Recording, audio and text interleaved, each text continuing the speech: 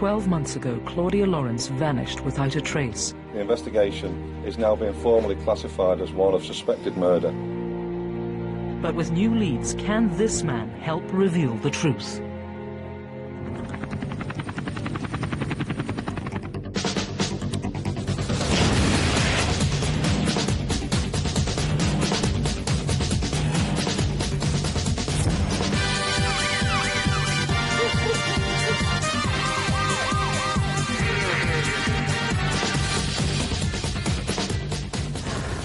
Hello and welcome to Crimewatch. We're live and surrounded by dozens of senior detectives from all across Britain, hoping that your call is going to help solve a major crime tonight. Like the team from North Yorkshire here with Claudia Lawrence's father, as they ask for your help in their year-long search for answers. Also on the programme, can you name the murdered woman whose remains were unearthed in Manchester last month? Right here there was a 12-foot high fence, a brick wall, and the body was found in between the gap. There was a scattering of bones, the skull was exposed. Now, Rav, who's in your lineup? We've got blackmail, burglary and kidnap, just some of the misdemeanours this lot are wanted for. But we also need you to catch the hitman who did this.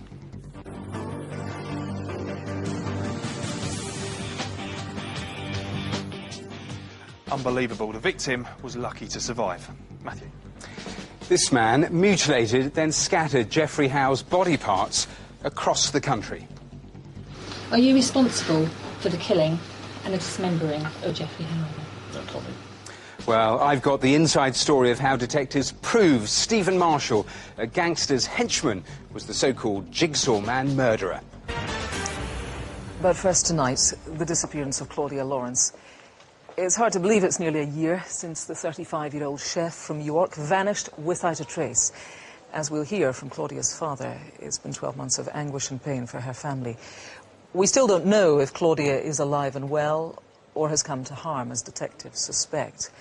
But we hope that'll all change in just a few minutes when we'll reveal fresh leads in the case. First, take a look at our reconstruction of Claudia's last known movements.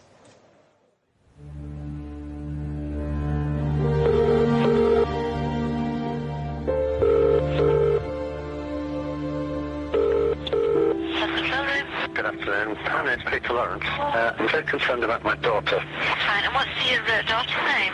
Claudia. Concern grows for a 35-year-old woman who's been missing for a week. Police here in York are saying that the disappearance of Claudia Lawrence is completely and utterly out of character. She was last seen. The investigation is now being formally classified as one of suspected murder. We're distraught and we need your help. It's just been a living nightmare not knowing what's happening. Despite the headlines and huge media interest, we still don't know why Claudia Lawrence disappeared. For someone so close to her family, her disappearance just doesn't make sense. You're in shock, you don't believe it. You don't believe it's happening, it happens to somebody else. There are terrible moments. I can sit at home on my own and I can just burst out crying.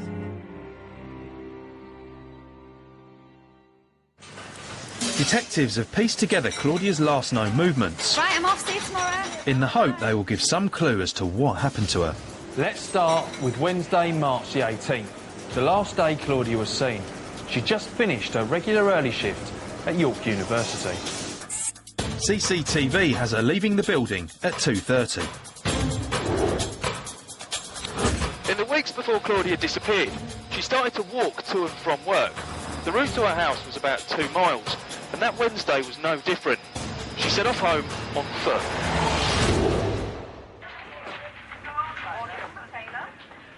The next time Claudia's on the radar is about 8 p.m. when she texted a friend. Then, just before 8:30, her mum called. Hiya. Yeah, good, thanks. I'm watching it now.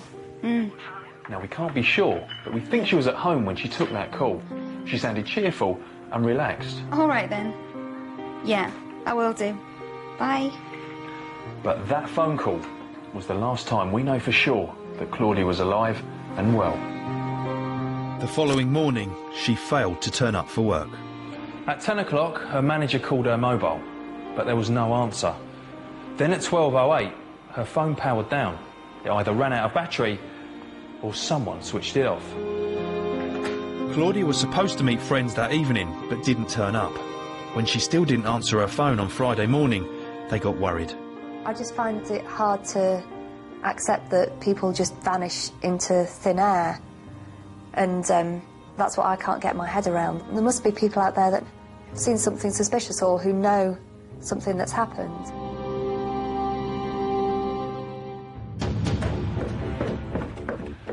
So why didn't Claudia turn up to work that Thursday morning? There's no sign of a struggle here in her house.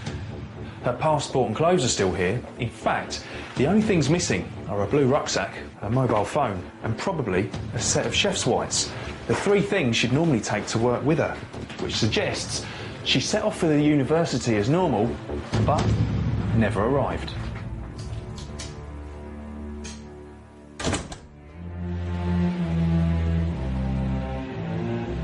There were two important sightings in the early hours of the morning that week.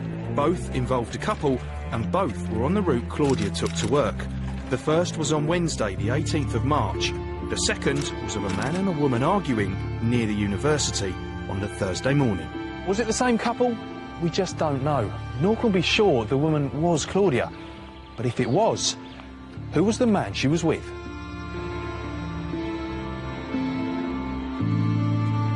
Police believe something terrible happened to Claudia Lawrence, perhaps at the hands of someone that she knew. Whilst much is still unclear, what is certain is that there are people out there with answers. They need to share them. Somebody out there does know something, and at the moment they're not saying. It's almost unbearable not knowing.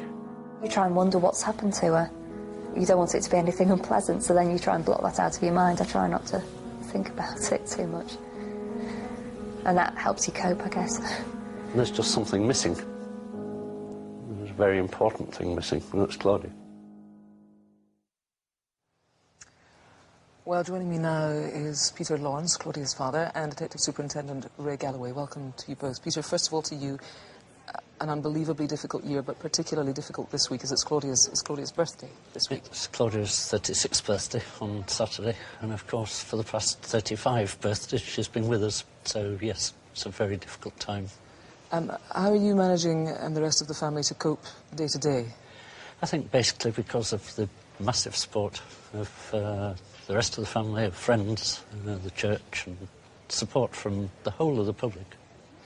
You've got a big day planned for tomorrow. Tell me what you and her friends and family plan. Yes, very briefly, it's the idea of Claudia's friends, Susie and Jen, to have a day just to make people aware of the fact that this is still going on, that Claudia is still missing, and that it is her birthday.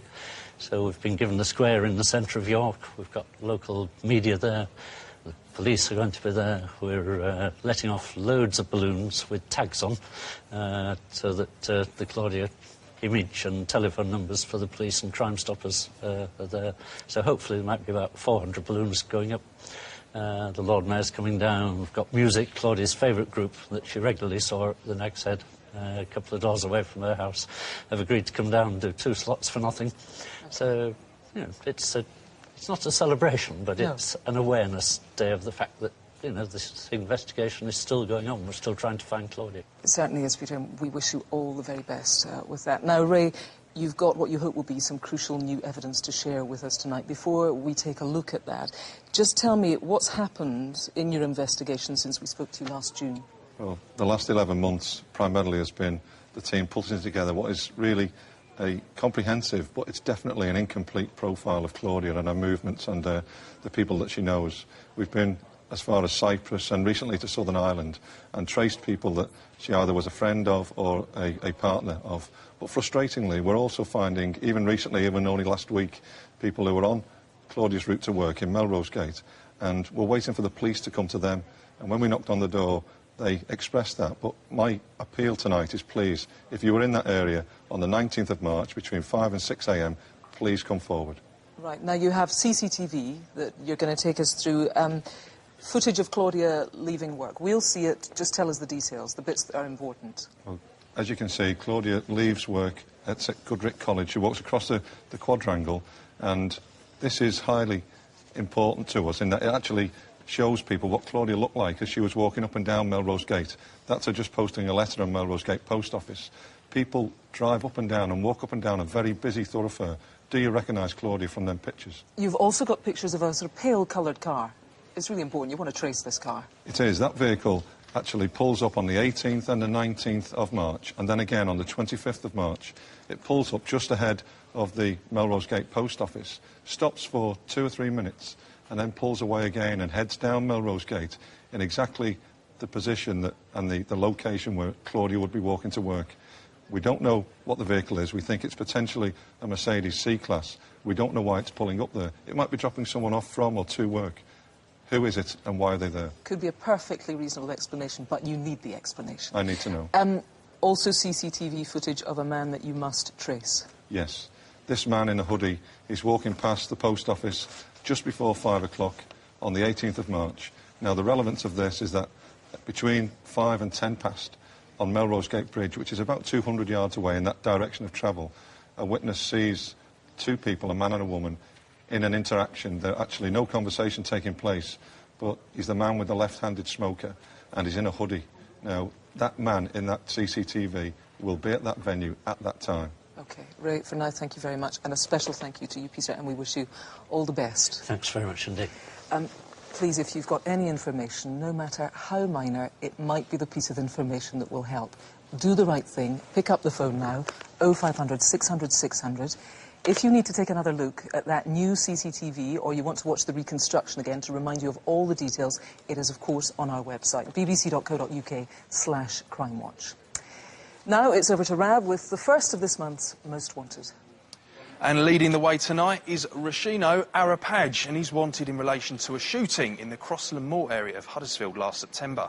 Shots were fired at a Vauxhall Corsa, but amazingly, the people in the car managed to escape unharmed. Arapaj also goes by the name Gino and has links to the Albanian community. Next up here is Adnan Mohammed, and police want to speak to him about the rape of an 18-year-old back in April 2003. The teenager was walking to a friend's when she was grabbed, dragged into a house and then attacked. Mohammed used to live in Rochdale where the assault happened and may still be there. My number 3 here is this nasty piece of work, James Doe.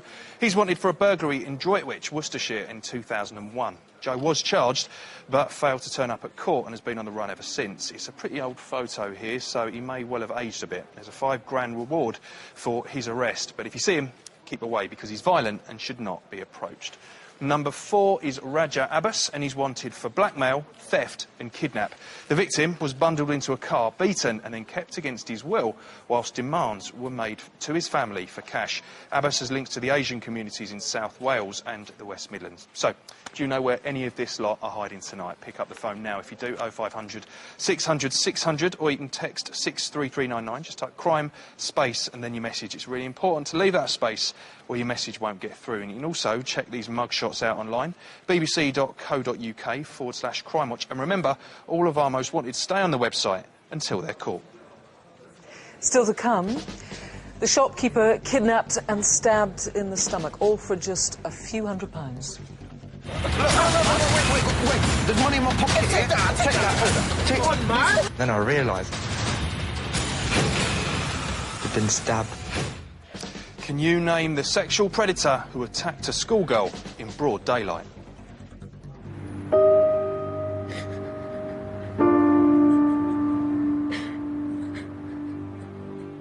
So how dare he touch my daughter? Plus, jailed for life this month. How detectives prove this man murdered and mutilated Geoffrey Howe before scattering his body parts across the country. So all of that is still to come. Now, just 4 weeks ago, workmen levelling a car park in central Manchester unearthed human remains. At first, it didn't actually seem that suspicious because part of the area was once used as a huge pauper's grave. But soon it became clear detectives had a murder inquiry on their hands. Rav joined the team as the search began to name the victim and find her killer.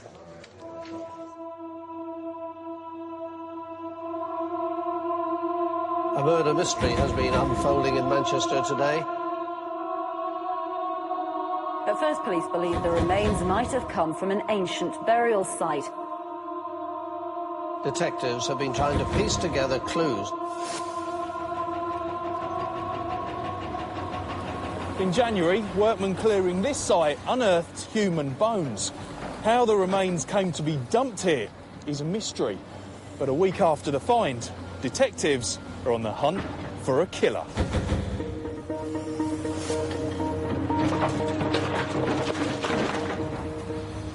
So, Jeff, what's this area here then? This area was historically known as Angel Meadows. It's obviously a construction site now, but it was one of Manchester's worst slums in the mid-19th century. We do know in this area as well, surrounding area, there was a pauper's mass grave really with 40,000 people buried there. So tell us what's happened then that's led you to become involved. Well, we got a call about 3:30 p.m. on the 25th of January from workmen clearing the site, and they've uncovered what they believe to be human bones and a skull.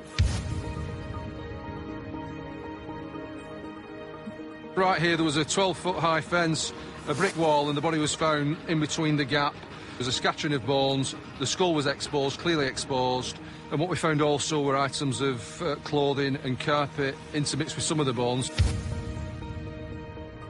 We called in the forensic anthropologist, and they were able to help us with obviously interpreting what the scene might have looked like before the digger intervened. But still, at this stage, you're still not suspicious, are you?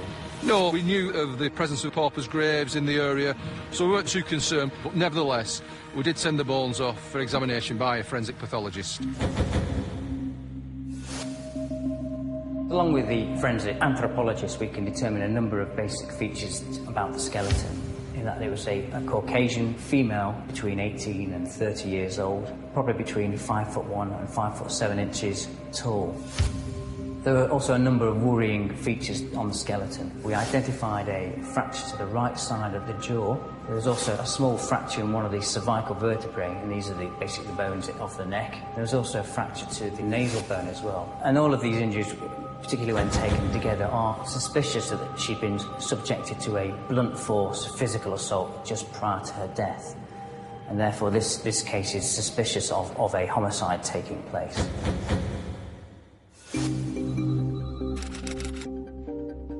So how do you go about running a major investigation like this with so little to go on? We'll review what the scene tells us, but in an inquiry like this, there is no CCTV. There are no witnesses that we've traced so far. There's no house-to-house, so identifying the victim is the key to unlocking the mystery. So what will your individual officers and staff be doing then? Well, one of the first ports of call is looking at historical reports of missing persons, trying to match anybody that might fit. We've also got somebody looking at the history of that site and trying to give some kind of timeline to the chronology of the developments, try and move us forward, because again, if we can identify who this woman is, we can then start to look at family, friends, associates, and really start to piece together what may have happened. You've also got some crucial clues which could help identify who this woman was. We have, Ralph. We've got a pinafore dress with a very distinctive pattern on. Madame and Monsieur in writing underneath these figures. I'm hopeful that somebody will come forward and recognise that, either connected to our victim in terms of what she might have wore at the time and if they can remember that, but certainly anybody that's manufactured that or sold garments like that. We've got carpet, both orange carpet, which seems to be a longer piece, and we've got what appear to be offcuts of blue carpet, again associated with the remains, the bones. And likewise, we've got blue bra, blue jumper, and again, bone remains within those garments, so we're sure that they're all connected with this particular victim. In addition, the things we've covered from the scene, we'll be linking in with forensic science and looking at what they can offer us too.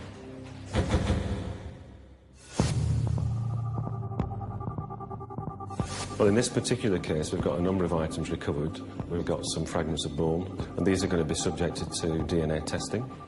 One of the key items we're examining at present is what looks to be a significant part of a pinafore dress. What we try and establish is whether there are still any DNA traces from the person that owned the dress, probably the victim. We'd also be looking likewise for any DNA traces, such as from blood, semen or saliva, that might possibly have come from an offender.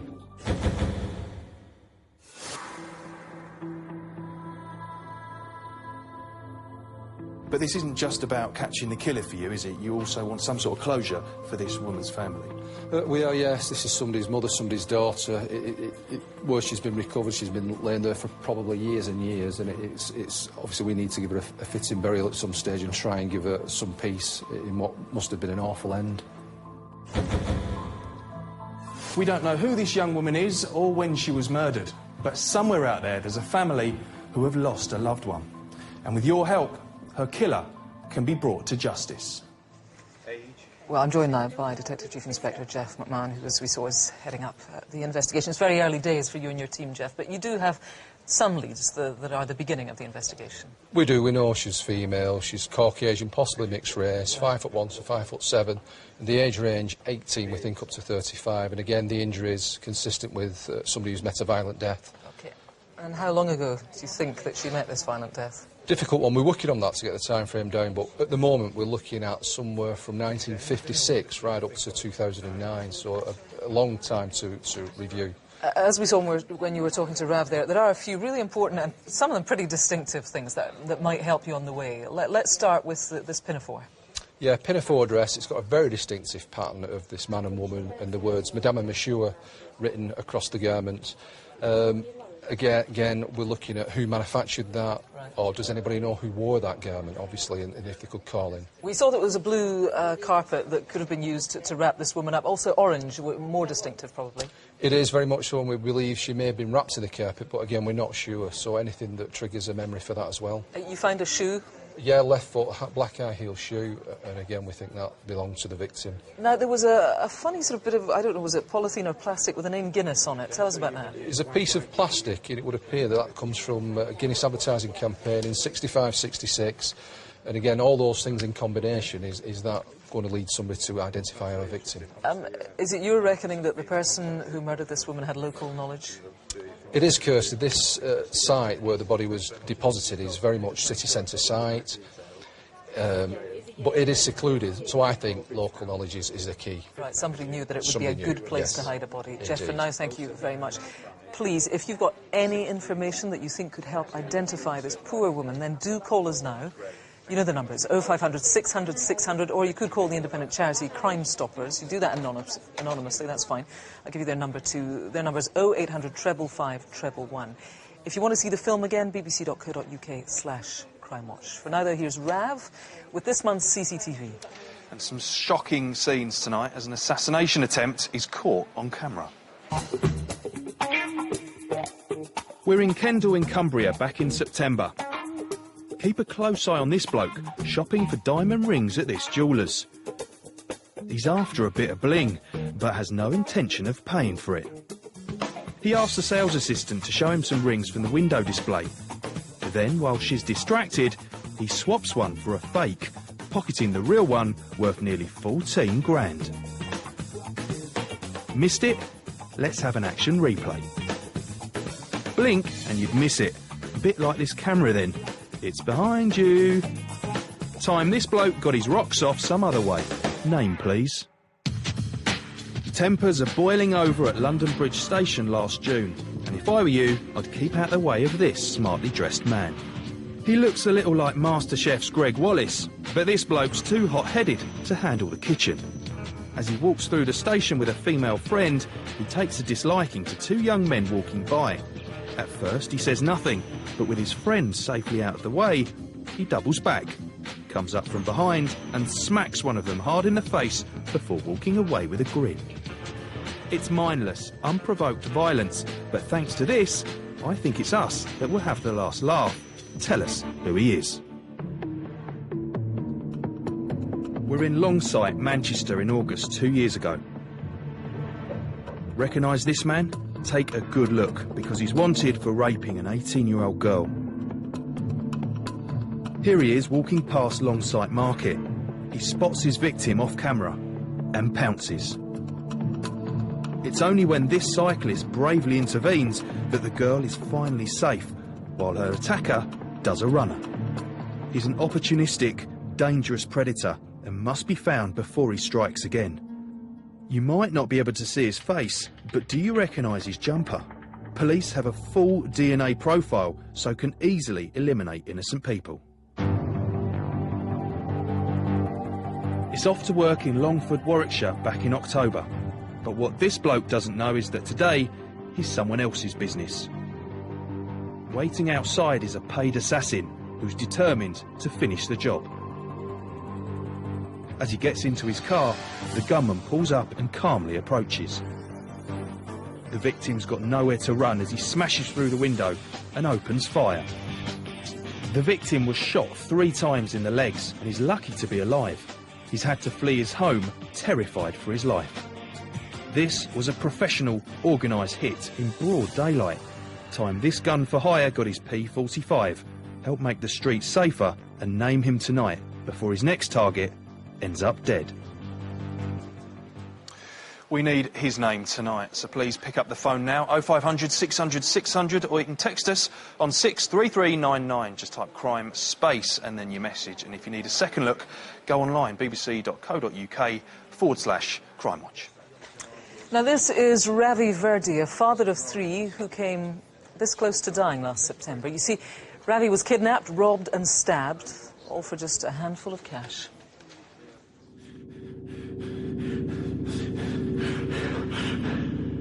I didn't feel any pain until I actually saw my wounds.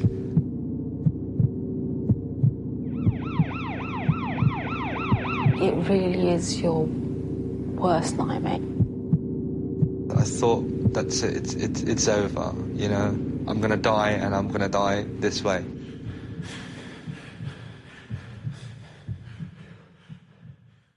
It's going to be a big season this season. It should be, man. No, it will be. Will be. Champions League? No, UEFA Cup. Harry Redknapp's a good manager, but he ain't that good. I see what you mean. You ready? Yeah. Run a family business. We wholesale, retail, wines, beers and spirits around London. Well, I'll put some money on it for top scorer. It's just gone past 10 o'clock and set the alarm, and I've locked up the shop. Yeah? Right, see you later. Okay, yeah? And just started my way to walk around to get into my van to go home. I've looked up and I see 3 men. They're wearing high visibility jackets, and I thought to myself, you know, just guys who are working night shift. Get out my keys, open up the van door, and the next thing you know, it's so quick, so fast, the way everything was happening. It was just pure aggression. Then they point this knife in my face. I don't know what's happening here. We take a right, and then a left, and then a right. At this point, they've just stopped in the middle of the road, and I'm not thinking, OK, this is all going to be over now, but it's not. Where's the money, bro? What do you mean? There's no money. What are you talking about? No, wait. There's money in my pocket. Take that. And I tried to get it out, and for some reason I couldn't. Come on, man. Then I realised I'd been stabbed. Blood just pouring. It's not dripping, it's pouring straight into my hand. What's that? So it's pulled out the money, and it's full of blood now. And I said, look, please just take me to a hospital. I need to go to a hospital. You taking me for a joke? What's that joke, man? They didn't care. They were heartless. Hey, I'll meet you right out back. At this point, one of the 3 men leaves the van. He would have left Hatfield Road at about 10:20. Where did he go? Ravi needed urgent medical attention and had given the men all the money he had, but still they wouldn't let him go. Somehow he had to get help. Drive up to a main road, and by chance there's 2 guys that walk across. Help! They haven't even looked up, they've just walked straight on. Next thing you know, they start punching me. Are you crazy, bro? Man, are you crazy, bro? What are you doing, man? Thing, man. All right, look. Hey, feel that? Yeah. I'll cut out your eye, you know. All right. It was just pure sort of fear, and I'm like thinking, if they do kill you, you're never going to see your family again. There's nothing I can do to stop this. With Ravi and the footwell fighting to stay conscious, they drove west along the Uxbridge Road in Hanwell towards Southall. You can just make out the high-visibility jacket in the front of the van. All I started doing is thinking, you know, what can I do to make this end? Desperate to get the van to stop, Ravi came up with one last ploy. he played dead. Just slowly started extending out my leg further and further until my shoe was caught under the clutch pedal. On the clutch, brother. I can't move the car. I can't move the car, brother. You know, he's pushing, but he can't change it. Unable to move Ravi's leg, his attackers could only do one thing. Get out of the car, man. Shut the door. And they left the keys in the ignition, and they've gone.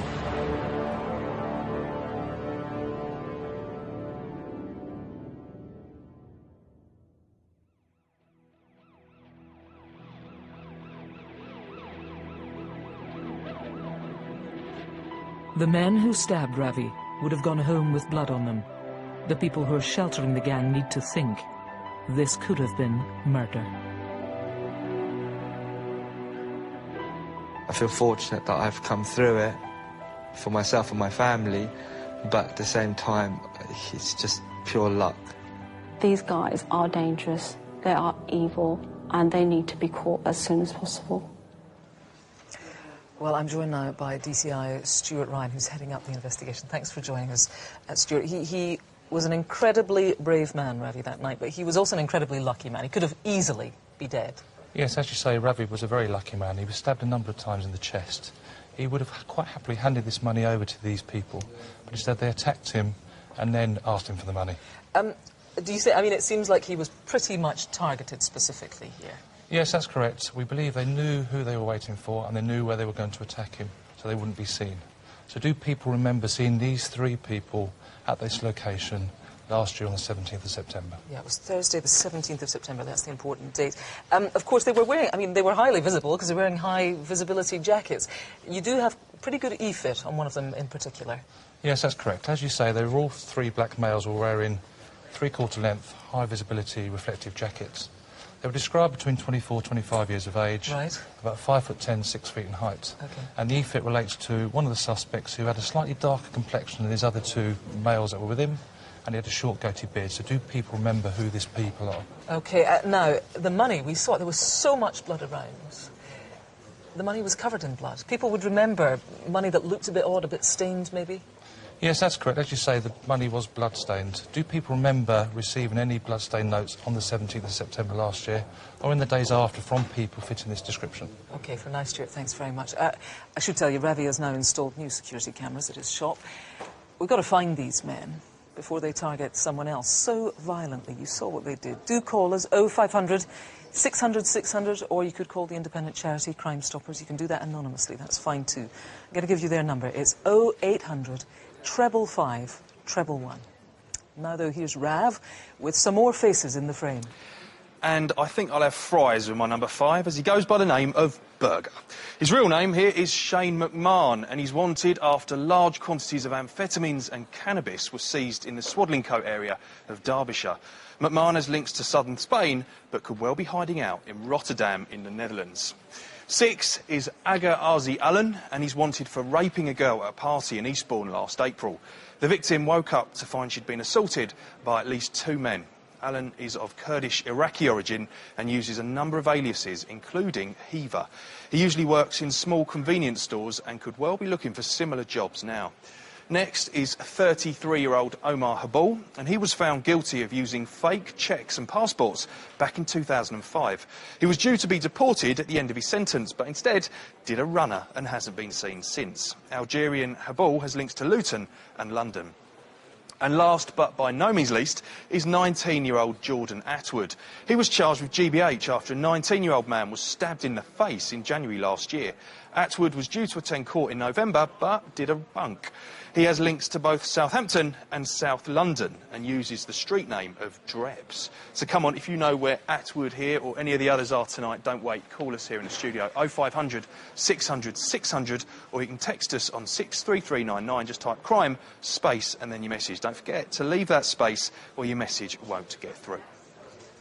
Now, I have to tell you that our next case is truly sickening. Just over 18 months ago, a vulnerable 13-year-old girl was taken in broad daylight from a busy high street in the Wirral and sexually assaulted. It's been devastating for her, and worryingly, her attacker is still on the loose. So tonight, Can you name him?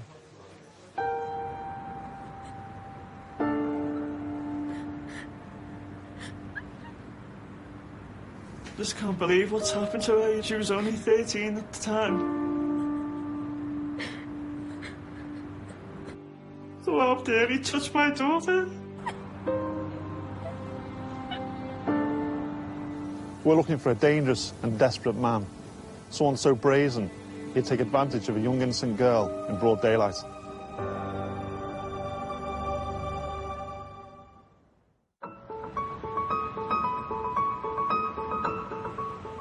She was out that afternoon to buy her sister a birthday present.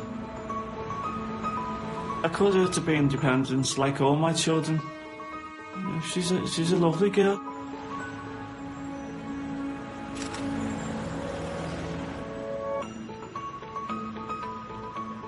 She was sitting at the bus stop, just minding her own business. Hiya, love. My name's Les. I'm from Liverpool. Where are you from? This man started kissing her on the lips, his hands on her breasts. She didn't know what to do. She was petrified. She didn't call out for help because she was so scared. There are two things the girl remembers about her attacker which may help to identify him. Firstly, he's wearing a gold watch. Secondly, he had a green tattoo of a frog on his hand. He was also dribbling profusely throughout the incident.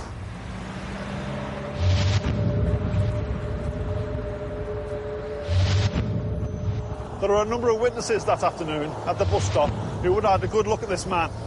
They may have thought he was the victim's boyfriend and dismissed the incident. However, in reality, he was a sexual predator that continued to intimidate a vulnerable young girl.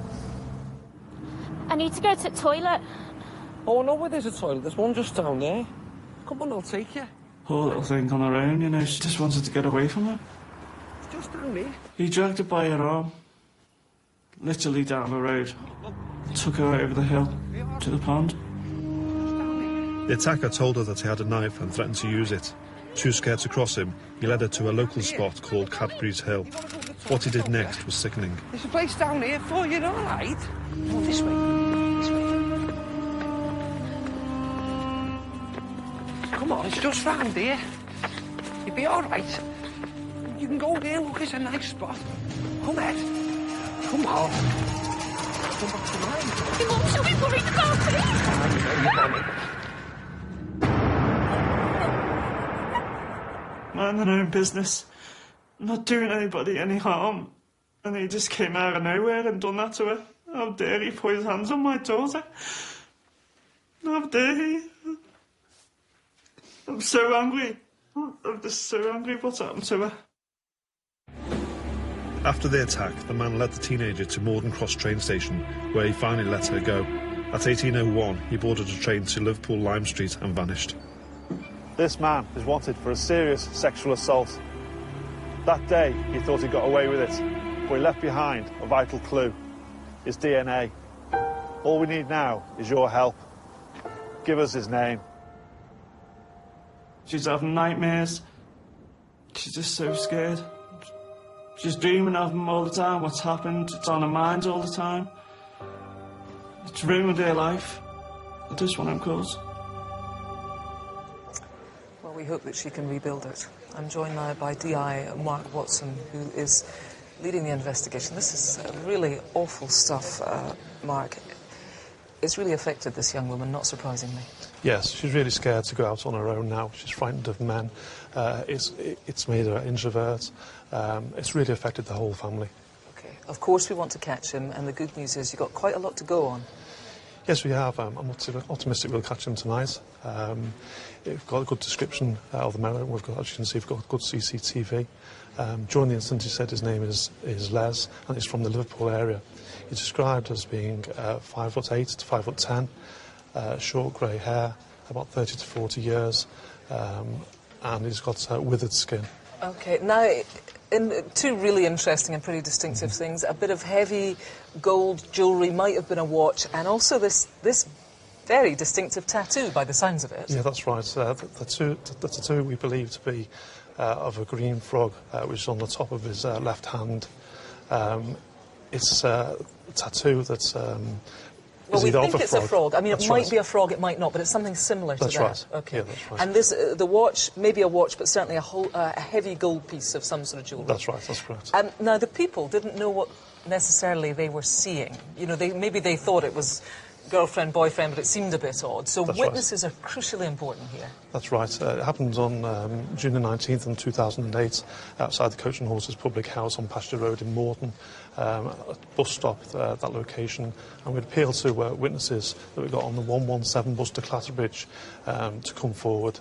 They got on the bus about 5:20 p.m. Very briefly, you've got DNA, so that's great. That's right. We've got DNA, which will help us to eliminate suspects as and when they catch them. Which is so important. If people want to give us a name, you can immediately count it out in the next few days if it's not the right name. This man, right. I have to say, he needs to be caught, and he needs to be caught fast. If you can help, pick up the phone now. The number is 0500 600 600. If you've been a victim of crime, there is the victim support line. Let me give you their number, 0845 30 30 900. Now, here's Rav and Matthew with some fantastic news on previous cases. Now, we had a staggering response again last month when we appealed for information on serial killer Peter Tobin's life. You'll remember in December, Tobin was convicted of the murder of 18-year-old Dinah McNichol, ending nearly 20 years of uncertainty for her family. A sex offender has been found guilty of raping and murdering a Polish student in Glasgow. Peter Tobin has been charged with the murder of Vicky Hamilton, who went missing 16 years ago. The serial killer, Peter Tobin, is convicted of another murder. 18-year-old Dinah McNichol went missing in Essex in 1991. We now know at least 3 young women died in the most horrific circumstances at the hands of Peter Tobin. With speculation rife over how many more girls he's murdered, police need your help to establish whether Tobin is in fact one of the most prolific serial killers this country has ever seen. Incredibly, well over 350 people have been in touch as a result of our appeals, and detectives have now identified and spoken to 3 of the people they were desperate to trace.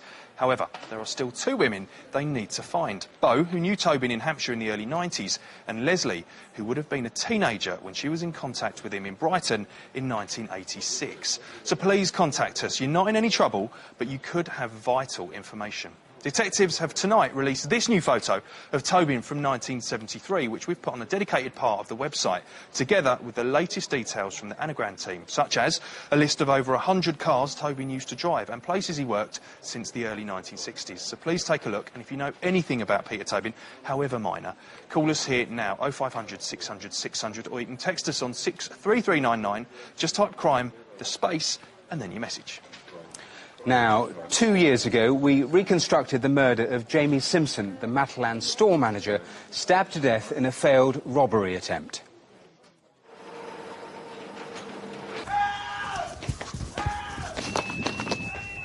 Someone call the ambulance! Let me call the ambulance! See, my manager just got stabbed. And he's bleeding from the neck. He's dying. He's dying. I mean, he can't do nothing. The guy is dead. He's gone. He's gone. He's gone.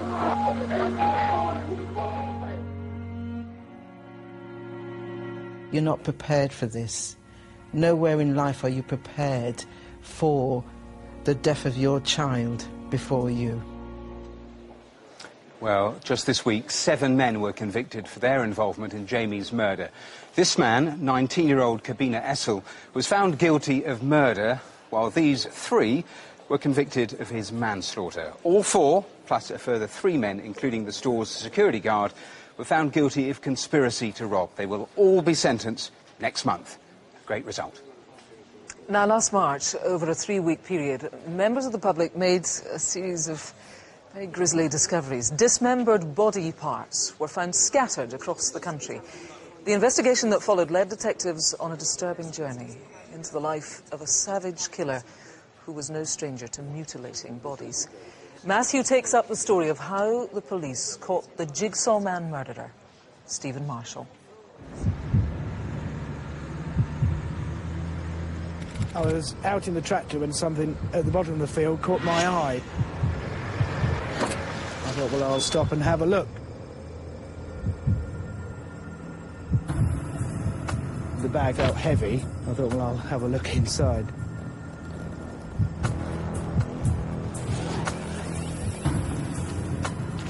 Realised that maybe I shouldn't look any further and went back to phone the police. What is it? An animal or something? Being missing space? His expression just changed. Feels like a tongue. The green holdall found here in a remote area of Hertfordshire contained human flesh, a butchered leg severed at the thigh. The gruesome discovery triggered a nationwide investigation, desperately searching for answers. Who had dumped it? Why was it here? And who did the body part belong to? Extremely unusual. A leg has been found. Is that as a direct result of a murder? Or is there some other plausible explanation, such as the leg has been removed during a medical amputation and for some reason still unknown at that time, had been left where it had been left? The grim find was examined by a series of experts who quickly ruled out medical amputation. That left only one explanation: murder. Dismemberment of victims isn't that rare. It isn't as rare as you'd maybe expect. But dismemberment with this degree of skill is. And that is one thing that struck us very quickly when we viewed the remains. 7 days after the first grim find came the second. An arm lying by the side of the road, dumped 25 miles from where the leg was found. Then, 2 days later, a third find. Sir, they found a skull. Where? Leicestershire. What? The initial thoughts were that must be linked to this inquiry. The difficulty being then you're then looking at the geography, you're thinking, well, has somebody really driven all the way up to Leicestershire with a head in their car, and what is the link? Right, get Leicestershire to get the lab on it, and quickly, all right? The link was DNA, which proved that the human remains did belong to the same person. But who? Experts sought to identify the victim by examining the skull. The results were truly shocking. The face had been removed, so all of the skin of the scalp and the face had gone. The ears, the nose, the eyes, the tongue had been removed out of the floor of the mouth. So really you were left with a skull and some small bits of muscle still attaching to it, but everything else had gone. The latest findings were so harrowing they couldn't be made public. You could have just seen it, you know, scaremongering and was this a Silence of the Lambs type incident, you know, and so it was crucial that that remained within the investigative team, that it didn't go out to general public, and that we found our offender as soon as possible. But yet another macabre find was to come. Forensic teams have been called in after a report that more human remains have been found in Hertfordshire. The disturbing news of a fourth discovery was quickly followed by a fifth, this time a torso disposed of in a dike. And with every find came new information on the victim's identity. Right, run a check on every missing person in the country. And Ian, if we find the victim, we'll find the killer.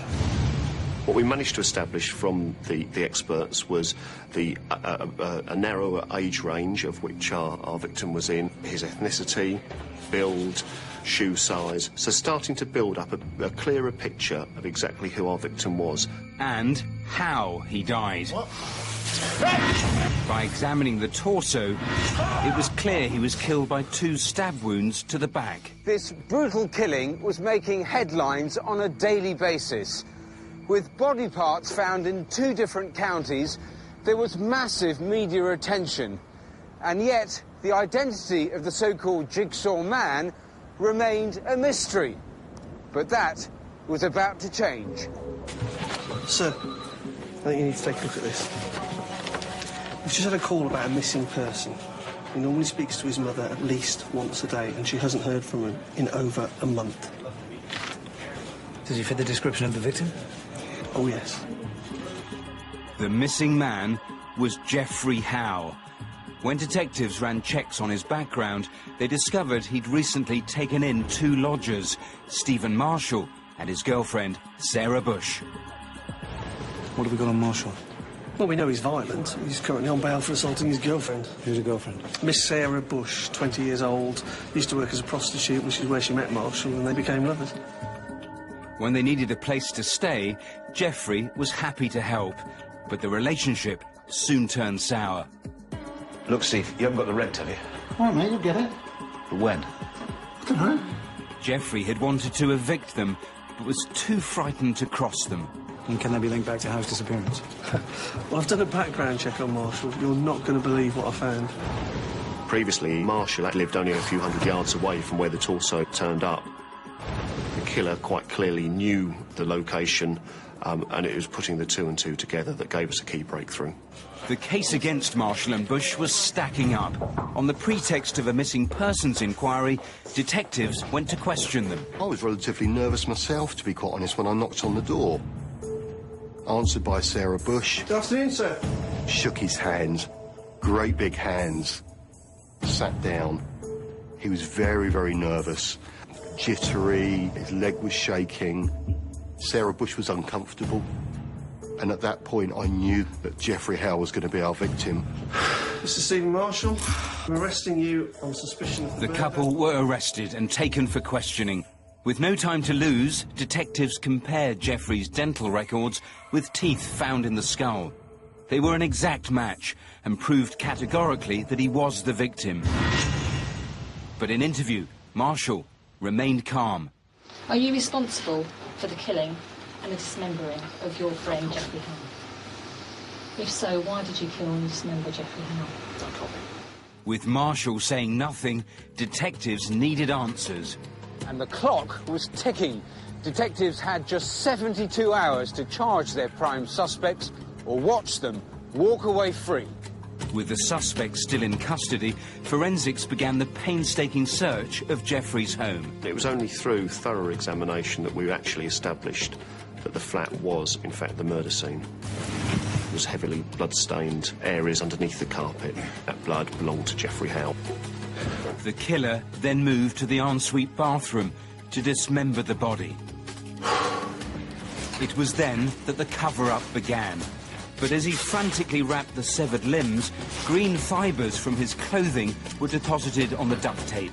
The same fibres were later recovered from a green T-shirt found in Marshall's bedroom. As soon as the forensic work came back, I personally felt that we've got Marshall, and there's no way on God's earth that he'll get away with this. Although forensics placed Marshall at the scene of the crime, he repeatedly denied the killing. It was only when detectives looked at Geoffrey's finances that the full extent of Marshall's murderous plot was uncovered. The motive was money. The day after the killing, Marshall and Bush set about emptying Geoffrey's bank account. We were talking about ordering food, or ordering clothes from his account, selling his car. You got the money? I have. It's all there. We were able to prove that Marshall and Bush were involved because both of their fingerprints were found on the receipt. Days later, CCTV caught Marshall paying a forged cheque from Geoffrey's bank account into his own. When the spending spree was over, Marshall and Bush set about disposing of Geoffrey's body. One piece of key CCTV that we established was on the day when we believe that Jeff's head was deposited in Leicestershire. The key breakthrough was that the CCTV was clear enough to identify Marshall driving his car and Bush sat beside him. At the 11th hour, both Marshall and Bush were charged with murder. Although united in the cover-up, Marshall and Bush would later blame each other for Geoffrey's murder. But when the case came to trial, the evidence against Marshall was compelling. One question remained. How was it that Geoffrey's body had been dismembered with such skill? A shocking revelation was to come. Marshall went on to admit to a gruesome past in which he'd cut up 4 other corpses. I think it just showed how strong our case had been, and that Marshall really, if you like, had thrown in the towel. Bush was acquitted of murder, but sentenced to 3 years and 9 months for perverting the course of justice. Marshall changed his plea to guilty and was sentenced to life. He will serve a minimum of 36 years. It really is justice, not just for Geoffrey Howe's family, but for the British public, really, to know that this nasty criminal is behind bars and he'll be an old man before he's got any chance of coming back into society. Horrendous. And that remarkable admission coming at the end. Yeah, it was a dramatic moment towards the end of the trial that took everyone by surprise. Marshall admitted through his barrister to dismembering 4 other people in the 1990s. An unidentified witness told the court that during this time, Marshall worked for a notorious North London gang. He was what the mob like to call a cleaner, the man who gets rid of evidence after crimes.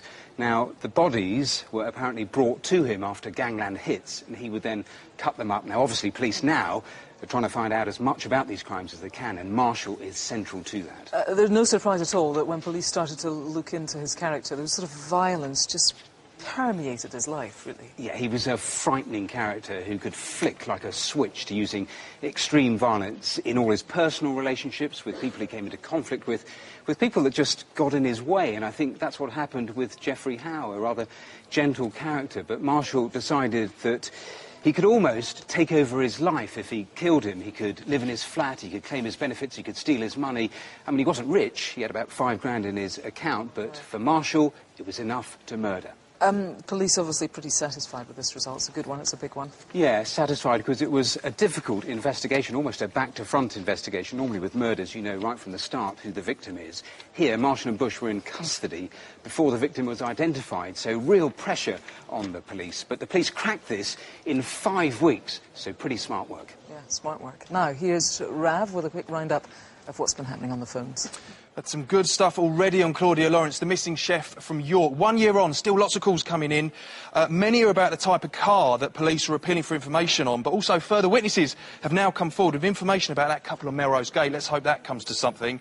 Then we've also had a really great response on the Angel Meadows murder, the skeleton of the female in Manchester. Lots of calls with information on the dress, which is really helping police narrow down that timeline, which is great. And also a possible name for the victim. More in the update show to follow. Right, that's all for now. Details on all of tonight's cases are online. It is, of course, bbc.co.uk/Crimewatch. You can log on now. We're going to give you a live update, if you do that, on what's been happening here on the phones. It seems to me that we've had some great calls and that it's been a busy night. The lines will be open until midnight tonight and from 7:30 in the morning. Our next programme is on Monday, the 29th of March. Our update show is not on BBC One tonight, but it will be available on our website from midnight. If you can help but you haven't called yet, please do it now. It could all be down to you. Thanks for watching. Good night.